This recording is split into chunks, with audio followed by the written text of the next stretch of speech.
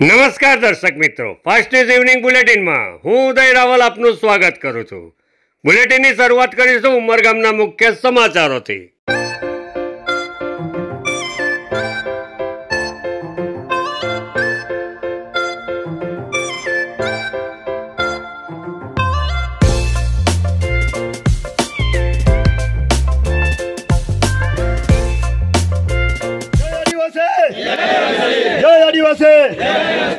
દક્ષિણ ગુજરાતના આદિવાસી સમાજ દ્વારા શનિવારના રોજ ભગવાન બિરસા મુંડાની જન્મજયંતિ નિમિત્તે દાદરાનગર હવેલીના સેલવાસ ખાતે ભવ્ય કાર્યક્રમનું આયોજન કરવામાં આવ્યું હતું।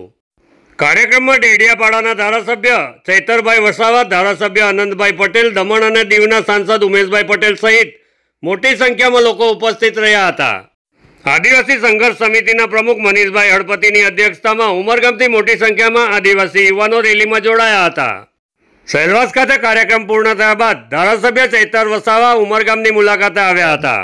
ઉમરગામ તાલુકાના સરીગામ ખાતે અમારા સાથી મિત્રો જે ઉમરગામ તાલુકા આદિવાસી ઉત્કર્ષ સમિતિ અંતર્ગત આ વિસ્તારના જે પણ લોકો સર્વ સમાજના લોકોને ન્યાય આપવાનું કામ કરી રહ્યા છે, એમાં ખાસ કરીને જે આદિવાસી સમાજના લોકો છે જેમની 73 એની જમીનો આ વિસ્તારની નવા પ્રોજેક્ટોમાં ગઈ છે, જીઆઈડીસીઓમાં ગઈ છે, તેમ છતાં આ વિસ્તારમાં અમારા સ્થાનિક જે મૂળ માલિકો હતા જેમની જમીનો આપવા છતાં એ યુવાનોને આજે રોજગારી નથી અને જે લોકોને રોજગારી મળે છે એને 12 કલાકનું કામ કરાવીને એનું શોષણ કરવામાં આવે છે અને કાયમી કરવામાં નથી આવતા। જ્યારે બહારના લોકોને તાત્કાલિક ધોરણે 2-3 વર્ષમાં કાયમી કરીને એને તમામ લાભો આપવામાં આવે છે।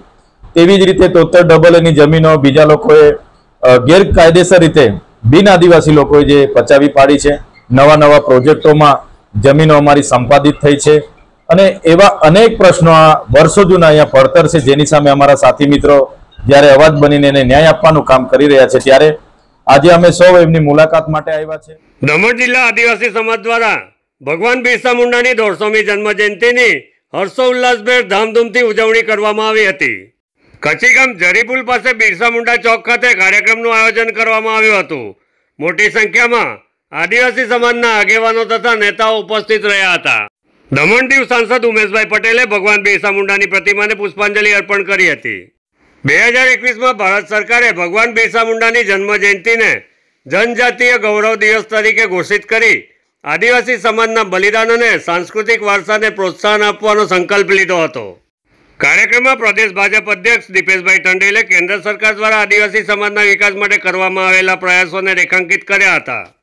આદિવાસી સમાજના હિતોની રક્ષા અને તેમના અધિકારો માટે કાર્યક્રમમાં ઉપસ્થિત આદિવાસી સમાજના આગેવાનો અને નેતાઓએ એકતા અને સંગઠિત પ્રયત્નો કરવા ઉપસ્થિત સૌને અપીલ કરી હતી।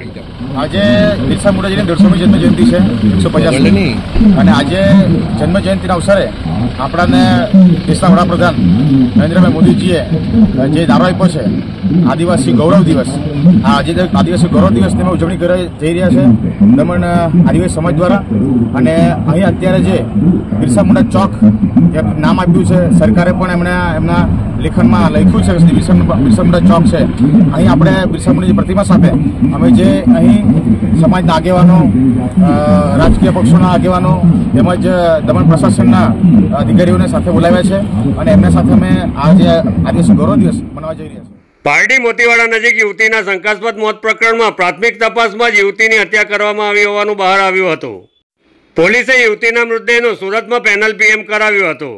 પ્રાથમિક રિપોર્ટમાં યુવતી સાથે દુષ્કર્મ બાદ તેની હત્યા નિપજાવવામાં આવી હોવાનું બહાર આવતા જ પારડી પોલીસે આ મામલે અજાણ્યા વિરુદ્ધ દુષ્કર્મ અને હત્યાની ફરિયાદ દાખલ કરી ઊંડાણપૂર્વક તપાસ હાથ ધરી છે। વિસ્તારના મોતીવાડા જે ગામ છે તેના નિશાળ ફળિયા વિસ્તારની એક 19 વર્ષની દીકરી છે, એને ગઈકાલે હોસ્પિટલમાં લાવવામાં આવી હતી, મોહન દયાળ, અને હોસ્પિટલ દ્વારા પોલીસ સ્ટેશને સૌથી પહેલાં વર્દી આપવામાં આવી હતી। લોકલ પોલીસ સ્ટેશન પીઆઈ અને તમામ ટીમ તાત્કાલિક હોસ્પિટલ પહોંચી ગઈ હતી અને શંકાસ્પદ હાલતમાં દીકરીને લાવવામાં આવી હતી। જે બનાવની ગંભીરતાને ધ્યાને રાખીને જે દીકરી છે એનું સુરત ખાતે ફોરેન્સિક પીએમ કરવામાં આવ્યું છે અને ફોરેન્સિક પીએમમાં આ દીકરી સાથે દુષ્કર્મ અને એની હત્યાનો બનાવ બનેલો છે એવું પ્રાઇમરી કોઝ ઓફ ડેથ મળ્યું છે। તમામ પોલીસ સ્ટેશનની અલગ અલગ 10 જેટલી ટીમો બનાવવામાં આવી છે।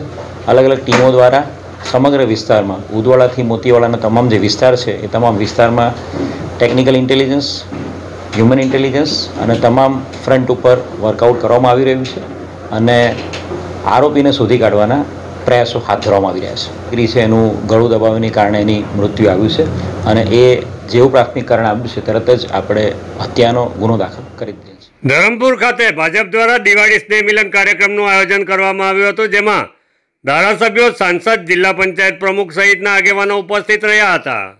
દિવાળી સ્નેહ મિલન કાર્યક્રમમાં ઉપસ્થિત સૌ કાર્યકર્તાઓને વલસાડ જિલ્લા ભાજપ પ્રમુખ હેમંતભાઈ કંસારાએ દિવાળીની શુભકામના પાઠવી હતી. કાર્યક્રમમાં ઉપસ્થિત કાર્યકર્તાઓને તેઓએ સંગઠનલક્ષી માર્ગદર્શન પૂરું પાડ્યું હતું. વલસાડ જિલ્લામાં આગામી દિવસોમાં ધરમપુર પારડી અને વલસાડ 3 નગરપાલિકાઓની ચૂંટણી યોજાવા જઈ રહી છે, જેને લઈ કાર્યકર્તાઓને જિલ્લા ભાજપ પ્રમુખ હેમંતભાઈ કંસારાએ માર્ગદર્શન પૂરું પાડ્યું હતું. ધરમપુર વિધાનસભા બેઠકના ધારાસભ્ય અરવિંદભાઈ પટેલ, જિલ્લા પંચાયત પ્રમુખ મનહરભાઈ સહિત ભાજપના આગેવાનો અને મોટી સંખ્યામાં હોદ્દેદારો, કાર્યકર્તાઓ ઉપસ્થિત રહ્યા હતા. પાર્ટીની પરંપરા અનુસાર નવા વર્ષની કાર્યકર્તાઓને શુભકામના પાઠવવા માટે વિધાનસભા સીટ દીઠ સ્નેહ મિલન સંમેલનો કરતા હોઈએ છીએ, જેના જ ભાગરૂપે આજે ધરમપુર વિધાનસભાનું સ્નેહ મિલન કાર્યક્રમ કરવામાં આવ્યો અને ગત વર્ષે જે કાર્યકર્તાઓએ જે સંગઠનાત્મક રીતે કાર્યો કર્યા છે, રાજકીય ક્ષેત્રે કાર્ય કર્યા છે, સાંસ્કૃતિક રાષ્ટ્રવાદને અને સેવાહી સંગઠનના જીવન મંત્રને લઈને ભારતીય જનતા પાર્ટીના કાર્યકર્તા સદા તત્પર રહ્યો છે.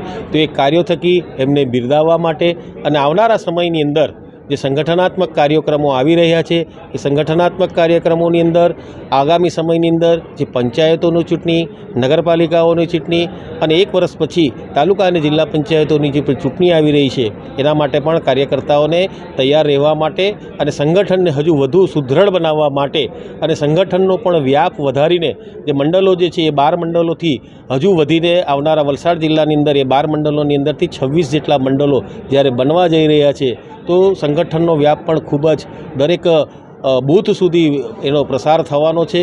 તો આની અંદર પણ કાર્યકર્તાઓને વધુમાં વધુ લોકો જોડાય અને એ વધુમાં વધુ કાર્યકર્તાઓને જોડીને સરકારશ્રી કલ્યાણકારી યોજનાઓના, કેન્દ્ર સરકાર હોય કે રાજ્ય સરકાર હોય, એ કલ્યાણકારી યોજનાઓના લાભો જન સુધી પહોંચાડવા માટે કાર્યકર્તાઓને જે આહવાન કરવામાં આવ્યું છે. ફાસ્ટ ન્યૂઝ ઇવનિંગ બુલેટિનમાં આજે બસ આટલું જ.